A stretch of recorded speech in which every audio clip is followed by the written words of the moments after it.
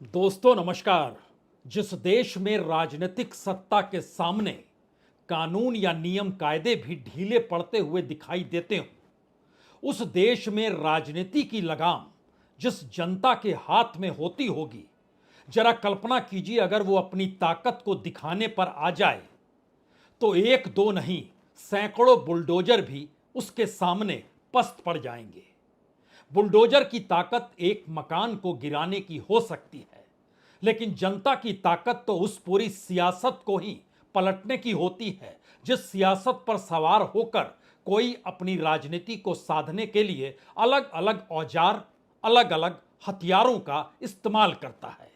ये हथियार कॉन्स्टिट्यूशनल हैं या नहीं है, संविधान के रास्ते चल रहे हैं या नहीं है, यही सवाल इस दौर में सबसे बड़ा है। और ध्यान दीजिए, जनवरी 2024 तक इस देश में किसी ने सोचा नहीं होगा कि प्रधानमंत्री मोदी अगर अयोध्या के रास्ते 2024 के चुनाव में निकले हैं तो फिर वह परास्त हो पाएंगे। और सारी कहानी 4 महीने में बदल गई। क्या ऐसी ही स्थिति उत्तर प्रदेश के भीतर जिस राजनीतिक प्रयोगशाला को आरएसएस ने खड़ा किया और चेहरे के तौर पर योगी आदित्यनाथ को सामने रखा, अब जिस तर्ज पर इस देश में जोर शोर के साथ जाति समीकरण या राजनीति के मूल मंत्र में जाति ही समा गई है और लगातार सवाल जाति जनगणना के साथ साथ आरक्षण और संविधान का होने लगा है, उसमें उस पूरी प्रयोगशाला में इसका कोई अंश कभी भी आरएसएस ने डाला नहीं या योगी आदित्यनाथ खुद जाति के लिहाज से उस राजनीति में फिट बैठते नहीं हैं। प्रधानमंत्री मोदी तो 400 पार का नारा लगाते लगाते इस देश के तमाम संस्थानों के आश्रय या कहें चुनाव आयोग को ढाल बनाकर कहीं यह जीत हासिल तो नहीं कर ले गए, क्योंकि यह सवाल लगातार भारत के भीतर विपक्षी नहीं बल्कि तमाम स्वयंसेवी संगठन जो इस देश के भीतर में विसिल ब्लोअर के तौर पर काम करते हैं, वह भी इन सवालों को उठा रहे हैं। लेकिन आज जिक्र प्रधानमंत्री मोदी का नहीं है, आज जिक्र उस प्रयोगशाला का नहीं है जो अयोध्या से निकली और 2024 के चुनाव में ध्वस्त हो गई। आज तो जिक्र उत्तर प्रदेश का है, खास तौर से योगी आदित्यनाथ का है, खास तौर से आरएसएस की उस राजनीतिक प्रयोगशाला का है जो ढहढहाते हुए कहां गिरेगी शायद इसका एहसास बीजेपी को भी नहीं है। क्योंकि अंदरूनी तौर पर राज्य के जिले दर जिले अगर परखते चले जाइएगा और वहां पर जिस तादाद में वोटरों की संख्या लगातार जिस जाति समीकरण और जाति जनगणना और आरक्षण से उठते हुए संविधान के सवालों को अपने मुद्दों के साथ जोड़ रही है, यह शायद खतरे की घंटी लखनऊ में बजने लगी है। इसीलिए अब यह सवाल छोटा पड़ गया है कि आखिर योगी आदित्यनाथ इस देश के भीतर में बीजेपी के कैडर में सबसे मजबूत शख्स के तौर पर हैं, लेकिन दूसरी तरफ अपने ही राज्य में वो सबसे कमजोर हो चले हैं। क्योंकि बीजेपी के अपने सियासी समीकरण अगर दिल्ली से तय होते हैं और दिल्ली ये मानकर चल बैठी है कि अब जातीय समीकरणों से हटकर वह कुछ दूसरा रास्ता अपनाने की स्थिति में नहीं है, तो इस समीकरण में योगी आदित्यनाथ फिट कैसे बैठेंगे? भगवा वस्त्र पहने योगी आदित्यनाथ, जिनकी पहचान जाति के लिहाज से राजपूत जाति के साथ जुड़ी है, यह सवाल इससे पहले कोई उठाता नहीं था। लेकिन जब से इस देश के प्रधानमंत्री ने खुद को ओबीसी कहा, तब यह सवाल बड़ा हो गया, क्या इस देश में अब हर नेता, हर मुख्यमंत्री और आने वाले हर प्रधानमंत्री की जाति देखना जरूरी है? नेता मंत्री ही नहीं बल्कि इस देश के भीतर में आरएसएस और उससे जुड़े स्वयंसेवक किस क्षेत्र में बड़े प्रचारक के तौर पर कमान संभालेंगे, उनकी भी जाति इस दौर में देखी जाने लगी। और अलग अलग आरएसएस की इकाई में भी जिसके हाथ में अगुवाई करने की ताकत हो, वह भी ओबीसी का होना चाहिए, यह संदेश दिल्ली से ही निकला। 2 मैसेज चेताने वाले हैं। पहला मैसेज तो यह है कि जाति समीकरण इस दौर में भारत की राजनीति का एक ऐसा आधारभूत स्तंभ बन चुका है जिससे हटकर कोई पॉलिटिकल पार्टी सोच नहीं सकती है। और यह सोच बीजेपी में भी नहीं है और इस बात की जानकारी हर किसी को है। राजनीति का चक्र वहां पहुंच गया है कि हर दल आज जाति जनगणना की बात कर रहा है। मुझे याद है लोकसभा में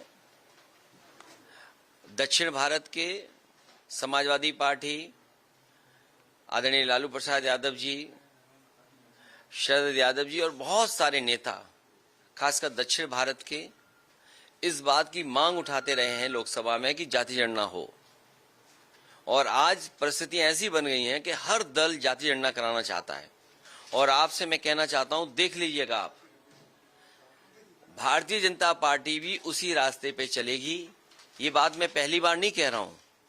आज से लगभग 1 साल पहले मैंने कहा था कि वो दिन आएगा जब भारतीय जनता पार्टी भी स्वीकार करेगी और जाति जनगणना के लिए आगे आएगी। अब यह कोई कोरी कल्पना नहीं है कि अखिलेश यादव भी ये कहने लग जाएं कि बीजेपी को भी जाति जनगणना करानी होगी और उसके भीतर का मैसेज बहुत साफ हो कि बीजेपी को भी अब आने वाले वक्त में हिंदुत्व या अयोध्या का राग छोड़ना होगा, या फिर जिस तर्ज पर अयोध्या, बनारस और फिर मथुरा का जिक्र होता है और मथुरा खुद राज्य के मुख्यमंत्री योगी आदित्यनाथ पहुंचते हैं और कहीं यह सुगबुगाहट शुरू हो जाती है कि आने वाले वक्त में उत्तर प्रदेश की राजनीति में कहीं मथुरा उभर कर तो नहीं आएगा और मथुरा कोई मुद्दे के तौर पर 2027 के चुनाव को प्रभावित तो नहीं करेगा। लेकिन यह सवाल अनसुलझा नहीं है, बल्कि मौजूदा वक्त की राजनीति में जिस तरीके से एक तरफ अखिलेश यादव और दूसरी तरफ राहुल गांधी राष्ट्रीय छवि को लिए हुए प्रधानमंत्री मोदी के सामने खड़े हैं और प्रधानमंत्री मोदी राष्ट्रीय छवि लिए हुए उत्तर प्रदेश की राजनीति को कितना प्रभावित कर सकते हैं या कर चुके हैं, अगर इसके पन्नों को खोलिए तो हमारी टीम ने बतलाया दरअसल कि 2017 के चुनाव में ना तो कोई चेहरा था बीजेपी के सामने, ना ही कोई ऐसा मूल मंत्र था जिसमें अयोध्या का जिक्र हो। खुद प्रधानमंत्री बनने के बाद भी नरेंद्र मोदी ने अयोध्या का रुख 2017 तक नहीं किया था। वो तो 2019 की परिस्थिति के बाद से स्थिति असल में सामने आती है। लेकिन उस दौर में अगर आ जाइएगा तो ना ही हिंदुत्व का जिक्र है, ना ही अयोध्या का जिक्र है, ना ही किसी तरीके से किसी भगवादारी का जिक्र है। डेवलपमेंट का जिक्र है और एक लिहाज से उत्तर प्रदेश की जो राजनीतिक परिस्थितियों से हटकर वहां के लोगों की जो माली हालत है उसमें एक उम्मीद और आस प्रधानमंत्री मोदी को लेकर उत्तर प्रदेश में भी 2017 के चुनाव में जागने लगी। उस दौर में चूंकि अखिलेश यादव राज्य के मुख्यमंत्री थे और एंटी इंकम्बेंसी यानी सत्ता विरोधी हवा 2017 में बह चली थी और उस हवा ने ऐसा रुख दिखाया कि 2017 में बिना किसी चेहरे के, बिना किसी हिंदुत्व के राग के और ना ही कोई जाति समीकरण इस रूप में उभरा था, सिवाय इसके कि उस दौर में बीजेपी के अध्यक्ष अमित शाह ने प्रधानमंत्री नरेंद्र मोदी की जाति यह कहकर बताई थी कि देखिए पहली बार एक ओबीसी प्रधानमंत्री मिला है। यानी सोशल इंजीनियरिंग कहीं ना कहीं बीजेपी के दिमाग में 2017 के उत्तर प्रदेश के चुनाव के वक्त भी थी। उस वक्त 40% वोट बीजेपी को मिले, लेकिन सीटों की तादाद 312 हो गई। यानी इतनी बड़ी तादाद के साथ बीजेपी चुनाव जीत कर आई और समाजवादी पार्टी 47 सीटों पर सिमट गई, बीएसपी 19 सीटों पर सिमट गई। हालांकि दोनों के वोट बैंक को अगर मिला देते, जो वोट दोनों को मिले, तो वह बीजेपी के पार होता, तकरीबन ये 44-45% होता अगर समाजवादी पार्टी और बीएसपी के वोट बैंक को 2017 में मिलाते। लेकिन दोनों चुनाव अलग अलग लड़े थे और 2017 के चुनाव में 40% वोट बीजेपी को मिले थे। लेकिन अगली कहानी यह कहती है कि 2019 में लोकसभा में ज्यादा सीटें हासिल करने के बावजूद भी उत्तर प्रदेश में एक झटके में 2022 के विधानसभा चुनाव में योगी आदित्यनाथ ही चेहरा थे, अयोध्या ही मुद्दा था, राम मंदिर निर्माण ही सबसे बड़ी उपलब्धि थी।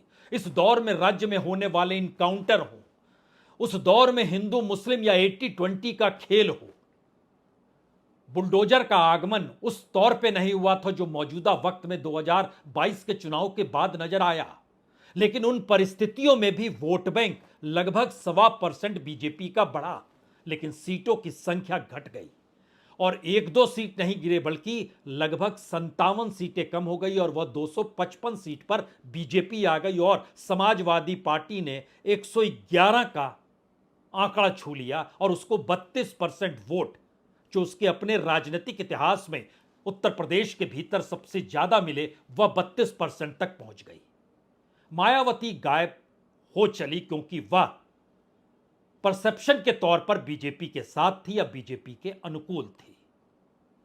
और सवाल सबसे बड़ा अब यह है, मौजूदा वक्त में अगर इस अक्स तले आप 2024 के चुनाव को परखना चाहते हैं तो बीजेपी के वोट बैंक में कोई हेरफेर नहीं हुआ। वो लगभग 41% वोट उसको मिला है, यानी 2017 हो, 2022 हो, 2024 हो, 40, 41, 42, 42.5 इतने परसेंट वोट बीजेपी को मिलते रहे हैं। लेकिन इस बार सीटों की संख्या लोकसभा में उसकी आधी हो गई जो पिछली बार मिली थी। यह मैसेज क्या था? और इस मैसेज के साथ अखिलेश यादव बीजेपी से ज्यादा सीट जीतकर आ गए और कांग्रेस के साथ चुनाव लड़े तो वोट की संख्या एनडीए के एट पार हो गई, एनडीए से ज्यादा इंडिया गठबंधन के वोट हो गए। और इस मैसेज के बाद जिस तरीके से भारत जोड़ो यात्रा हो, न्याय यात्रा हो, संविधान का सवाल हो, जाति जनगणना हो, उसके जरिए आने वाले वक्त में आर्थिक पॉलिसी बनाने का जिक्र हो, इन सवालों ने योगी आदित्यनाथ के सामने संकट पैदा कर दिया। और मौजूदा स्थिति यह है कि इस संकट के साए तले जन्माष्टमी के दिन मथुरा पहुंचकर रात के वक्त भी जब भाषण देते हैं योगी आदित्यनाथ तो वो राष्ट्रवाद जागृत करना चाहते हैं, क्योंकि जानते हैं सिर्फ हिंदुत्व के आश्रय अब राजनीति नहीं चल सकती है। तो राष्ट्रवाद जगाने के लिए क्या कुछ किया जा सकता है? रात के वक्त जो कहते हैं, हमें लगता है छोटा सा हिस्सा, पहले रात में क्या कहते हैं उसके बाद बताएंगे सुबह किस तरीके से चीजें और उसमें राजनीतिक पुट कैसे जोड़ा जाए, यह सोच 12 घंटों के भीतर कैसे बदलती है। तो पहले रात के वक्त का भाषण का छोटा सा हिस्सा सुनिए। विभाजनकारी उन ताकतों को बेनकाब करना होगा जो केवल अपना उल्लू सीधा करने के लिए समाज को बांटना चाहती है, तमाम वादों के आधार पर बांटना चाहती है।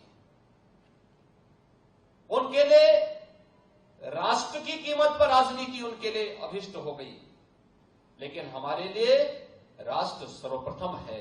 राष्ट्र की कीमत पर कोई राजनीति नहीं हो सकती। हमें चुनना होगा, पहले राष्ट्र को चुनेंगे, उसके लिए किसी भी प्रकार के बलिदान देने के लिए तैयार होंगे, लेकिन उसकी कीमत पर कोई राजनीति स्वीकार्य नहीं है।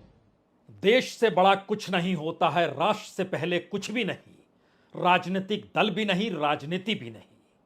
याद कीजिए 2019 में हो सकता है योगी आदित्यनाथ की यह बात सुनकर आपको प्रधानमंत्री मोदी का 2019 में चुनावी रैलियों में दिया जाने वाला भाषण याद आ जाए। उस वक्त भी राष्ट्रवाद जागृत किया जा रहा था इस देश के भीतर, लेकिन 2024 के चुनाव आते आते तमाम परिस्थितियां बदल गई और अब घड़ी की सुई नई दृष्टि से देख रही है। तो उसके जहन में यह सवाल जरूर है कि आखिर 2027 के चुनाव से पहले योगी आदित्यनाथ सबसे पहले राष्ट्र इन बातों का जिक्र क्यों कर रहे हैं, और इसी के अक्स तले क्या वह मान चुके हैं कि अब हिंदुत्व या अयोध्या के आश्रय राजनीति नहीं बढ़ पाएगी। जिस राजनीतिक प्रयोगशाला को उत्तर प्रदेश में संघ ने सींचा बड़ा किया और उस पौधे को आगे बढ़ाने के लिए योगी आदित्यनाथ को चुना, मनोज सिन्हा को खारिज कर दिया, अब उस परिस्थिति में योगी आदित्यनाथ के सामने चुनौती है कि वह किस राजनीति को साधें, और वह भी मथुरा पहुंचकर। यानी अयोध्या, बनारस और मथुरा का जिक्र यहां नहीं है, यहां जिक्र तो देश का है। उस देश के साथ जिक्र होते होते रात का जो भाषण था वह सुबह आते आते बिल्कुल नए रंग में नजर आने लगा। सिर्फ 12 घंटों के भीतर एक दूसरा भाषण योगी आदित्यनाथ देते हैं और इस भाषण के बाद ये नई परिस्थिति निकल कर आती है कि बांग्लादेश का जिक्र उत्तर प्रदेश में वह भी जन्माष्टमी के दिन मथुरा में क्यों हो गया। यह सवाल उसके साथ भाषण का एक हिस्सा बटेंगे तो कटेंगे। यह मैसेज अपने आप में कई मायनों में उस ध्रुवीकरण की राजनीति की दिशा में बढ़ जाता है। तो क्या यह काम करेगा या फिर राष्ट्रवाद की नई परिभाषा जो योगी आदित्यनाथ अपने अस्तित्व की लड़ाई के साथ लड़ना चाह रहे हैं, क्योंकि 12 घंटे के बाद दिया गया वो रात थी। अब देखिए दिन के उजाले का भाषण का यह हिस्सा भी सुन लीजिए। बहनों और भाइयों, राष्ट्र से बढ़कर के कुछ नहीं हो सकता, कुछ नहीं हो सकता। और राष्ट्र तब सशक्त होगा जब हम एक रहेंगे, नेक रहेंगे, तभी नेक रहेंगे। बटेंगे तो कटेंगे। आप देख रहे हैं ना, बांग्लादेश में देख रहे हो ना, तो वो गलतियां यहां नहीं होनी चाहिए। बटेंगे तो कटेंगे, एक रहेंगे तो नेक रहेंगे, सुरक्षित रहेंगे और समृद्धि की पराकाष्ठा को पहुंचेंगे। चुनाव में अभी खासा वक्त है, 3 बरस का वक्त बचा है। 2027 के फरवरी में चुनाव होने हैं और अभी तो 2024 बीता भी नहीं है। और योगी आदित्यनाथ जो बुलडोजर बाबा के नाम से परिचित हैं, पहली बार कांग्रेस के भीतर से भी ये आवाज आई कि बुलडोजर के आश्रय ये कैसा न्याय है जिसमें अदालतें हाशिए पर चली जाती हैं और मौजूदा राजनीतिक सत्ता अपनी तर्ज पर राजनीतिक न्याय करने निकल पड़ती है। प्रियंका गांधी ने बकायदा एक लंबी चौड़ी चिट्ठी लिख डाली। और यह पहली बार है कि कांग्रेस भी इस हकीकत को समझ चुकी है कि 2024 की तर्ज पर अगर 2027 तक कांग्रेस और समाजवादी पार्टी दोनों एक साथ खड़े रहे और जिन मुद्दों के आश्रय इस देश की राजनीति में करंट दौड़ पड़ा है और खास तौर से उत्तर प्रदेश में जिस जातीय समीकरण के आश्रय परिस्थितियां बदल रही हैं, वह शायद हैरान या चौंकाने वाली नहीं है, बल्कि पहली बार बीजेपी के भीतर का संकट यह हो चला है कि प्रधानमंत्री मोदी कमजोर होंगे तो दूसरे नंबर की लड़ाई यह खत्म हो गई। उत्तर प्रदेश का किला ढह जाएगा तो उसके बाद कौन संभालेगा, यह लड़ाई और यह संघर्ष खत्म हो गया, क्योंकि बीजेपी उस अस्तित्व की लड़ाई में जाकर सिमट गई है जहां उसे पता है प्रधानमंत्री मोदी का चेहरा एक तरफ और उत्तर प्रदेश की सियासत दूसरी तरफ, यानी उत्तर प्रदेश का किला दिल्ली तक पहुंचने का रास्ता है और दिल्ली का चेहरा उत्तर प्रदेश में सत्ता बरकरार रखने का साधन है। इन दोनों परिस्थितियों के बीच वो अमित शाह हो या योगी आदित्यनाथ हो, इनकी निजी उम्मीद, निजी सोच, निजी चाहत कोई मायने रखती नहीं है। और शायद यही वो वजह है जिसके बाद की परिस्थितियां बीजेपी के भीतर और खास तौर से प्रधानमंत्री के तौर पर नरेंद्र मोदी हो या मुख्यमंत्री के तौर पर योगी आदित्यनाथ हो, वो मौका बचा ही नहीं जहां पर दोनों हाथ में हाथ लेकर विक्ट्री का चिन्ह भी बना पाए। क्योंकि उत्तर प्रदेश के भीतर का सच जो 2024 के चुनाव के बाद उभर कर आया, उसने इस देश की समूची राजनीति को कैसे बदल डाला है, यह सिर्फ दलितों के आश्रय नहीं समझा जा सकता है। लेकिन दलितों के आंकड़ों को भी अगर आप परखिएगा तो उत्तर प्रदेश में दलितों का वोट मायावती से भी ज्यादा इंडिया गठबंधन को मिला। मायावती को 32% मिला तो 38% वोट इंडिया गठबंधन को मिला और एनडीए यानी बीजेपी की सहयोगी पार्टियों के साथ बीजेपी को 26% वोट मिले।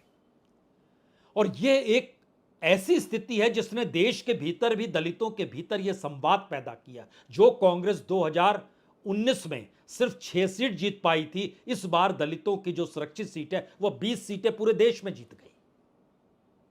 जो बीजेपी पिछली बार एनडीए के तर्ज पर 54 सीटें जीती थी, वो खिसक कर 39 सीटों पर आ गई और सिर्फ अपने बूते वह 29 सीट जीत पाई, जो कि 2019 में अपने बूते 46 सीट जीती थी। यानी पूरे देश का करंट है और उस देश के नायक के तौर पर दो चेहरे इस देश के सामने, एक तरफ मोदी, दूसरी तरफ राहुल गांधी। ये दो चेहरे आपस में रेंग रहे हैं। और इसी दौर में CSDS लोकनीति जानकारी देती है कि दरअसल इस देश के कई राज्य ऐसे हैं, उसमें खास तौर से जिन दो राज्यों में चुनाव होने वाले हैं, वो महाराष्ट्र हो, हरियाणा हो और झारखंड हो, वहां पर प्रधानमंत्री मोदी के चेहरे को चुनौती देते हुए आगे निकल गए हैं राहुल गांधी। और भी कई राज्यों में निकले हैं, जम्मू कश्मीर में भी आगे निकले हैं, पंजाब में भी आगे निकले हैं, केरल में भी आगे निकले हैं। लेकिन मैसेज यह है कि राष्ट्रीय तौर पर जो चेहरा उत्तर प्रदेश के किसी मुख्यमंत्री के साथ खड़ा हो जाता था और उसको जीत मिल जाती थी, इस वक्त बीजेपी का वही चेहरा इंडिया गठबंधन में कांग्रेस के राहुल गांधी के चेहरे के सामने शिथिल पड़ गया, कमजोर पड़ गया।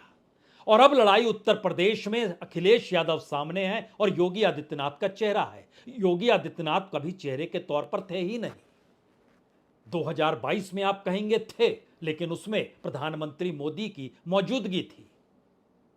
और 2022 के मुद्दे, 2024 की परिस्थिति और 2027 तक के जाने के रास्ते के बीच में ऐसी स्थिति है जिसमें योगी आदित्यनाथ के आसरे बीजेपी चुनाव मैदान में उतरेगी या नहीं उतरेगी, इसका फैसला भी तुरंत होना है। महाराष्ट्र चुनाव और हरियाणा चुनाव के परिणाम बहुत कुछ तय करने वाले हैं।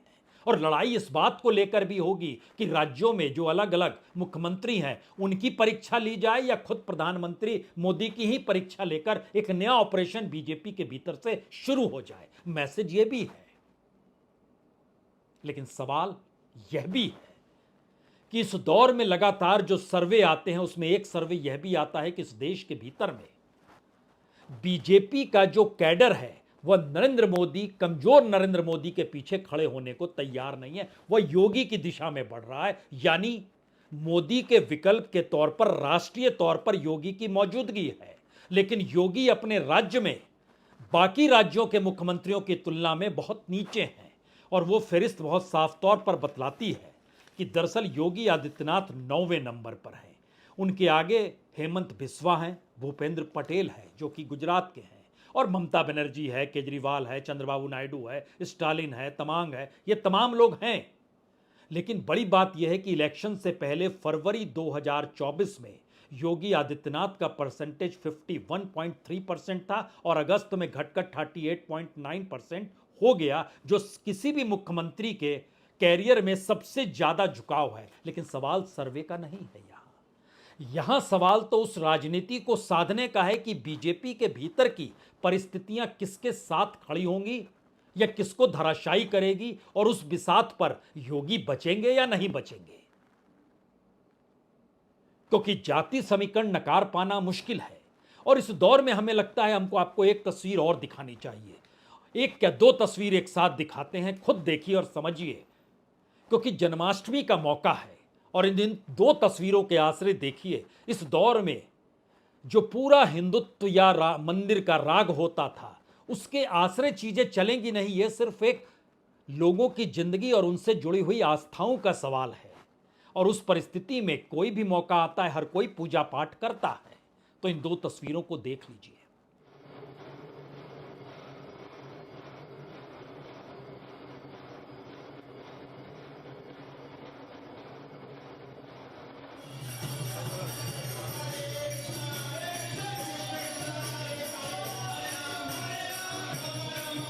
अब इन दो तस्वीरों के आश्रय आप कोई कयास ना लगाइए, बल्कि समझने की कोशिश सिर्फ इतनी कीजिए कि राजनीतिक तौर पर वह कौन से मुद्दे हैं जो आने वाले वक्त में किस नेता को उसकी अपनी बनाई राजनीतिक जमीन पर टिकने देंगे या नहीं देंगे।